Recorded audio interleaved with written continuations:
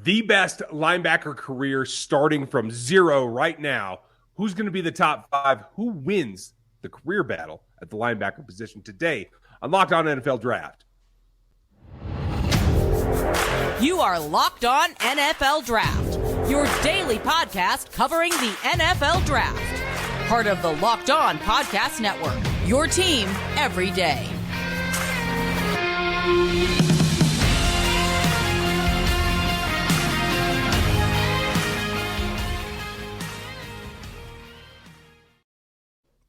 Welcome to another episode of the Locked On NFL Draft Show. I'm your host, former NFL and AFL defensive back, Eric Crocker. And of course, as always, got my guy Ryan Tracy with me. He is at Ryan Tracy NFL on Twitter, and he's one of the hosts of the Locked On Chiefs Show, as well as Locked On NFL Draft, of course. And I am at Eric_Crocker on Twitter, former NFL and AFL defensive back. We're jumping back into our linebacker discussion and talking about guys who's gonna have the best career. So I'm gonna start this one off here. Usually I give you the floor first, but I'm gonna go with Nakobe Dean out of Georgia. Okay. I think he's gonna have the best career. This guy, I get it, the injury, and some people had some questions about coverage ability, but man, when I was just watching some games from last season. There were a couple. I was watching their cornerback that they have, a cornerback, and I know we'll dive into some of these prospects soon. But taking notes on this cornerback, and I just cannot help but see Nakobe Dean. And I'm watching like, how the hell did he slip as far as he did? And I get it. The injury, the shoulder is going to need surgery. Again, the question is about potentially liability in coverage. I think he'll figure that out. This is a guy who has freakish closing ability. He can turn and run with the best of them. I think he fits today's modern play at the linebacker position. Not the biggest of guys. I don't think that's going to matter. This is a guy that closes quick, fast, in a hurry, and is terrific getting to the running backs, running sideline to sideline. So Nakobe Dean, that's my LB1 for their career out of this class. I like it. And obviously, slow start, he's going to need the repair on the shoulder. So you can see that being like not jump in as the rookie and be, all world. But it is about the long game, and it is about playing behind a line that's going to be set up to help him, his buddy Jordan Davis as well, right? So I agree with you that I think that tends towards him being at the very top. I didn't have him number one, but I do have him number two. I think that it is about development for him too. He is super instinctual, and I think he lived on that quite a bit at Georgia, to tell you the truth. And there is not only just the physical change that he's going to have to go to, but I also think that he's going to continue to step up his game in terms of watching film and understanding the game that's going to be attacking him. And I think it may be a season or two before he really hits his stride, but he will get back to that instinctual player once he adapts to the pro game and how they're going to try to not just attack him, but attack his defense overall, because there are other places that they can go. But in the end, I do think that he's a guy that is not only got the leadership qualities that you want, but he's got the self-evolution built into him as you see him progress through his time at Georgia, that he can do the same thing with the Eagles. Right. So who is your number one guy? It remains Devin Lloyd. For me, I'm glad that he went in the first round. I think he deserved it because I think he is that kind of prospect. He is a guy that you can, build your defense around in terms of leadership, build it around in terms of longevity. He's got the body type to play both coverage and to play the attack. He's good against the run. He can do everything well. Where does he become somebody that can excel? That's my only question. In the pros, does he become somebody that has, a knack for coverage, or is he better coming downhill, attacking either the passer or the ball carrier? Like, I think he could go either way because he's very well-rounded now, but he's going to have to specialize. We will find that he has a strength as he develops. I have no doubt in that. In the end, I think he's a guy that's going to rack up, because of the defense that he'll play in, a bit more stats than Nakobe Dean. And I think a guy that is going to be in more of a leadership role in terms of being the alpha dog on that particular defense rather than one of them, which I think in the end is probably what Dean plays, is one of many leaders rather than the single guy out front, which I think Devin Lloyd will be. Right. Leadership role, that's definitely going to be something that's really big. And the guy who stuck around Utah as long as he did was really a stalwart in that defense and making plays. I could definitely see why you have him as a guy who will potentially be the best linebacker in this class. When we come back, I'm going to talk about who my number 2 guy is, and we're going to get to our number 3 guys. But first, I want to talk to you a little bit about our good friends over at Dave. And level with me here, y'all. We've all been in the situation at some point in our lives when we need a little bit more cash, right? A little tight there. And maybe you could only afford to put a few dollars in a gallon of gas, or, you need to get more money for your tank of gas, and you're wondering, how can you afford this gift for a wedding? Well, that's where Dave can help you. If you're living paycheck to paycheck and you're struggling to make ends meet, it can be stressful. I know. I've been there. All right. And when unexpected expenses come up, it's tough. Now, Dave, they can help you. All right. And they can help you when you are in a pinch and you need it. Hindsight is 20/20, and you can't change the past. But if you could get a little help from your future self, maybe you'd ask to borrow a little cash. Now you can with Dave. Dave is a banking app that can help you get up to $500 instantly with extra cash. That's a little more money to fill your tank. You can buy a wedding gift. You can catch up on bills. You can finally tackle those expenses that you've been stressing about without any hangups. There's no interest and no credit check needed. Millions of people have already downloaded the Dave app, and they're getting financial relief they need and getting that extra cash. So, if you are in a pinch and you need some extra cash and some extra help, download Dave and think of it as a helping hand from your future you. Download the Dave app from the App Store right now. That's DAVE, and sign up for extra cash amount and get up to $500 instantly. For terms and conditions, go to dave.com/legal. Instant transfer fees apply. Banking provided by Evolve, member of the FDIC. Your future you will thank you. Which NFL star moves the betting line the most? Starting July 18th, Locked On gives you the 50 most valuable players in the NFL from the odds makers at BetOnline. Are available July 18th on Locked On NFL, wherever you get your podcast, and on YouTube as well. All right, we want to thank you for making Locked On NFL Draft your first listen of the day. And again, man, tons of different podcasts on the Locked On Network. Just type it in your search bar and you will see a bunch from every sport as well. But here we're getting back to talking about these linebackers, and I'm talking about my number 2 guy, and that is Quay Walker. All right, how about Georgia? How good was Georgia? We talked about Nakobe Dean. While you were talking about Nakobe Dean, you talked about Jordan Davis up front and how he's going to help, another Georgia guy. And now we're talking about my linebacker 2 in this class, Quay Walker. And I am betting a little bit more on the upside, on his athletic ability, on the height, weight, speed. But, man, just watching him, again, it went back. I'm watching these DBs for Georgia and seeing, okay, do I really like this cornerback? But, man, I can't stop watching these linebackers flying around. Now, it definitely helps when you have all these top picks playing in front of you. Jordan Davis being, a first round pick. You also have another defensive lineman there who everybody's saying, hey, man, is this guy going to go number 1 overall, right? So you have freaks that you're playing behind, and they're cleaning things up, making it a little bit easier. But I think that's how Quay Walker will kind of see the field with the Green Bay Packers. We're talking about a guy who's going to be playing behind guys like Kenny Clark, Jaron Reed, Smith, Rashawn Gary, playing next to Campbell. And I don't think that's going to stop anytime soon. We'll see if they're able to continue to pay Campbell. But these other guys, they're going to be there. And they're eating up space in that front and making it so where this linebacker can come through and play more freely and play clean and use that freakish athleticism, that size, that strength, and be able to make plays. Now, I'm curious to see, because you talked about how, man, there's some pass rush ability there too.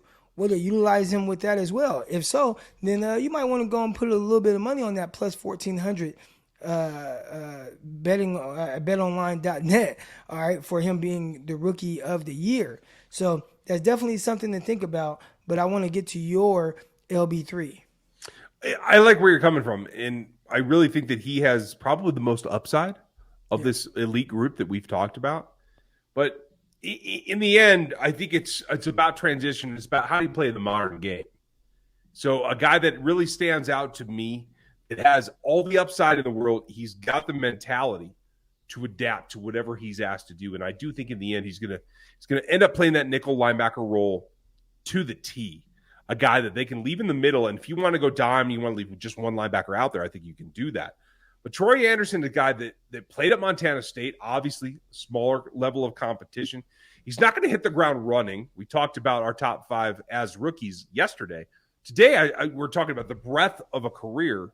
And it feels like the more that the league goes to 11 personnel and the more that they go to, a 60, 65, 35 pass versus run split, the more that it plays into Troy Anderson's strong suits. And I think for a team like the Atlanta Falcons that probably are going to have to be pulling out all the stops, they're going to be in some shootouts, I think, because it's going to take somebody to be a playmaker on that defense. And I think he's a guy that once he gets adjusted, not in rookie contention to be the best top, but as the career goes on, I could see him having an 8 or 10-year career, probably outlasting some of his draft classmates and being a guy that in the end we consider, hey, he was one of the top 3. I'll have him as my 3rd right now. Yeah, I have him on this list as well. And this is a guy who initially, did he make any of our top 5 from last episode? Nah, I know he didn't make mine. So nope. Right. So this is a guy, I have him in my top 5. Won't say exactly where yet, but I have Christian Harris now. And I talked about on the last episode, Christian Kirksey. Can Christian Harris beat out Kirksey? Because, he is the veteran. They probably brought him in to start, especially when you're playing that Mike linebacker. And we'll see if that's where Harris steps on the field first. Maybe they move him around a little bit. But if he is playing that Mike, a lot of times they got that green dot on the back of their helmet. That means that they are getting the communication from the coaches, and they're having to relay that to everyone else. There's a lot of responsibility that comes with that. So maybe they want to go with the veteran a little bit first, or maybe they'll throw him just right in the ringer. I remember a few years ago, this linebacker by the name of Fred Warner, and of course, he covered the 49ers right here, Locked On NFL Draft. One of the best linebackers. I believe he was voted the 3rd best linebacker in the NFL by the execs or whatever. So he's up there. They only feel like 2 guys are better than him. Well, Fred Warner was a 3rd-round pick who, from the moment he got on the field, he had the green dot as a rookie, wearing number 48 for the 49ers. All right. This is a guy who, Reuben Foster was on that team, and I feel like we haven't talked about Reuben Foster in forever. Why would you? But Reuben Foster was on that team, and they said, nah, Reuben, we have high hopes for you. Traded back up 1st round, but no, we're going to give the green dot to this other guy. And obviously, Reuben Foster didn't stick around, so it was good for them to kind of train Fred Warner in that way. But Fred Warner, a terrific linebacker, stepped in, green dot. Can Christian Harris be that guy as well? And that's what we're trying to see right now. So coming from Alabama, I know one thing, he'll be prepared. Yeah. He'll be prepared to be able to take on that type of role, because if I know anything about Alabama and how they coach their players up, how they get their players prepared, they are prepared for the NFL. Now, whether they work out there at that level or not, that's a whole nother question. I was playing with D. Milliner, who is out of Alabama, and it didn't work out.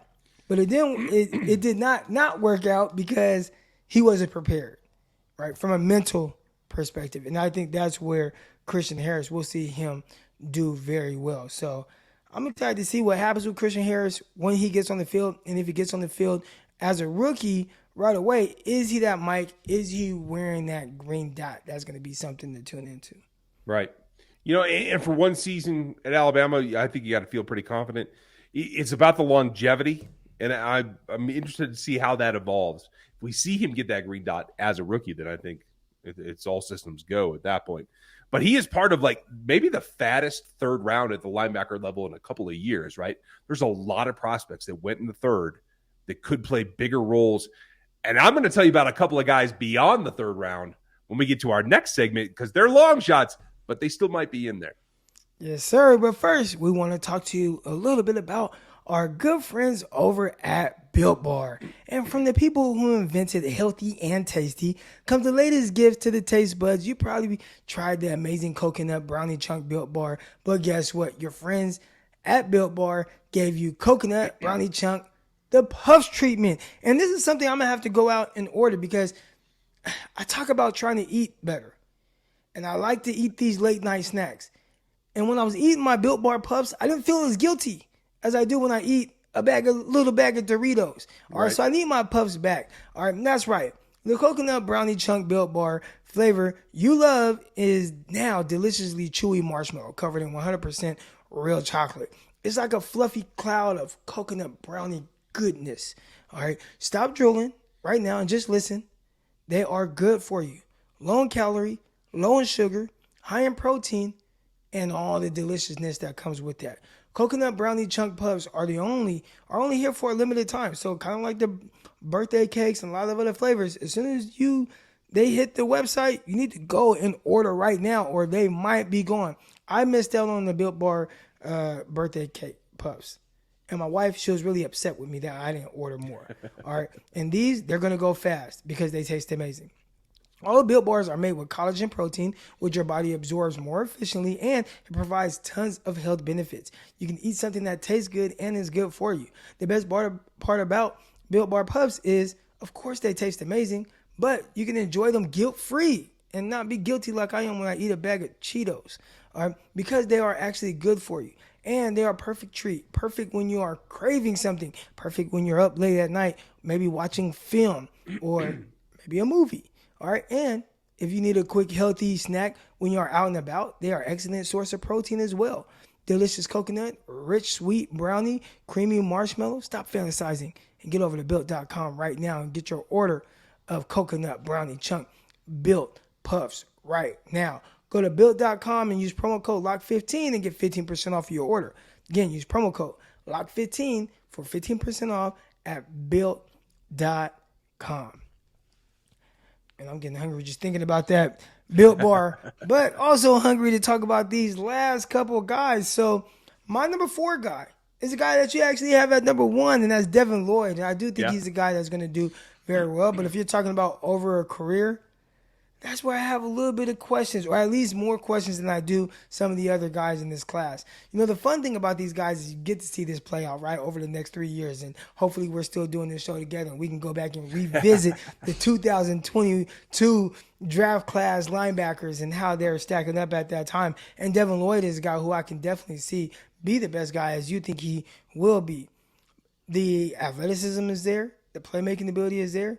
The versatility is there. The leadership skills are there.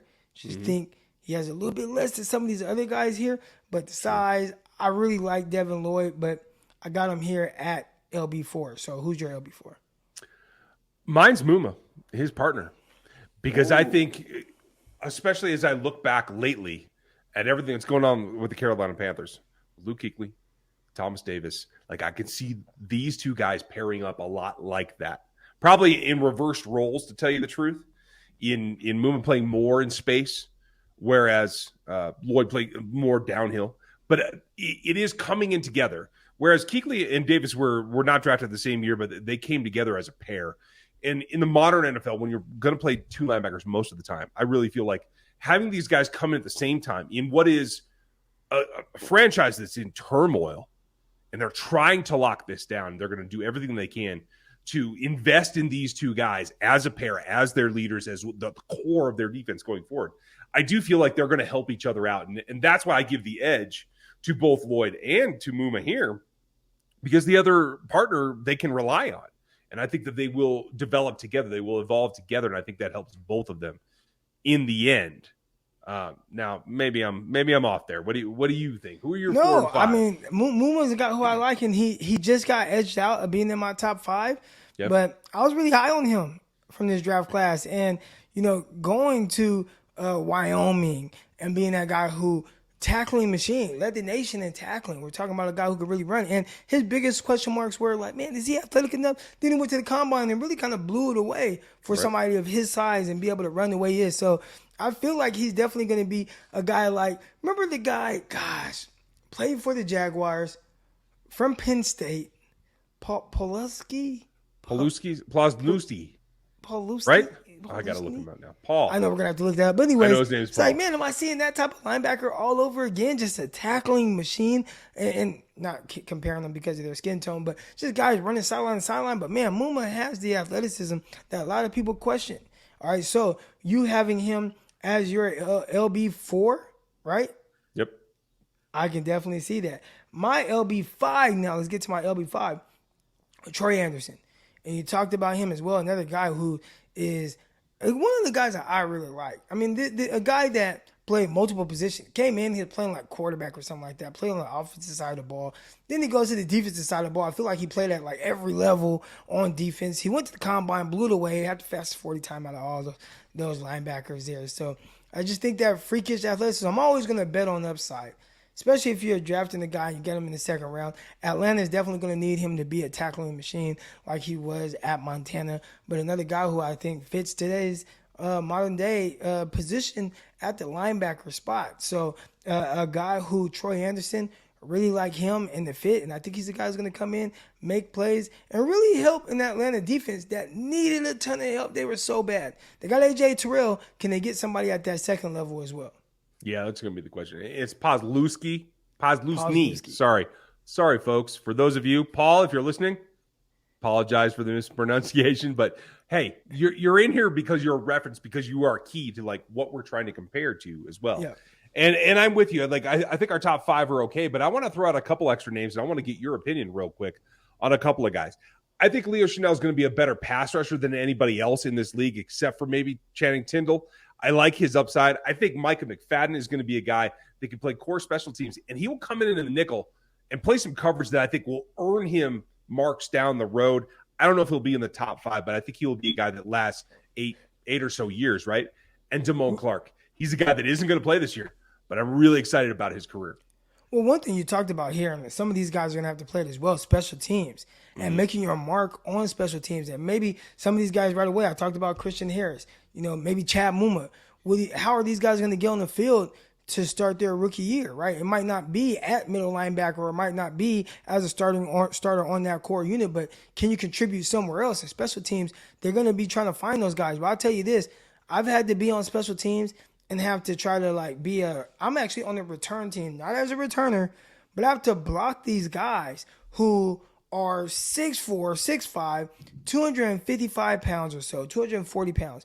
And they run 4.5s. Like, these are guys that are faster than me, but outweigh me by 50 pounds. How am I supposed to turn and block these guys? All right. They want to blow up little guys like me. When I say little, 6'2", 200-pound cornerback. But comparing to these linebackers and how big and fast they are, man, there's a big difference there, especially when they have a head start. So can you be utilized on special teams? That's going to be something that the special teams coordinator is going to be trying to figure out right away, if they haven't already. I bet going through even OTAs, they work some of the special teams unit. They have these guys running down, seeing how fluid they are, how well they move, and trying to figure out exactly where they can put those guys.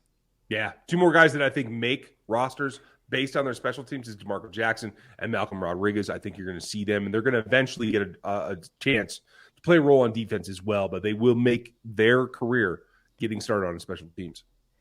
Exciting class. Nakobe Dean. I still think he's going to be the best from this class.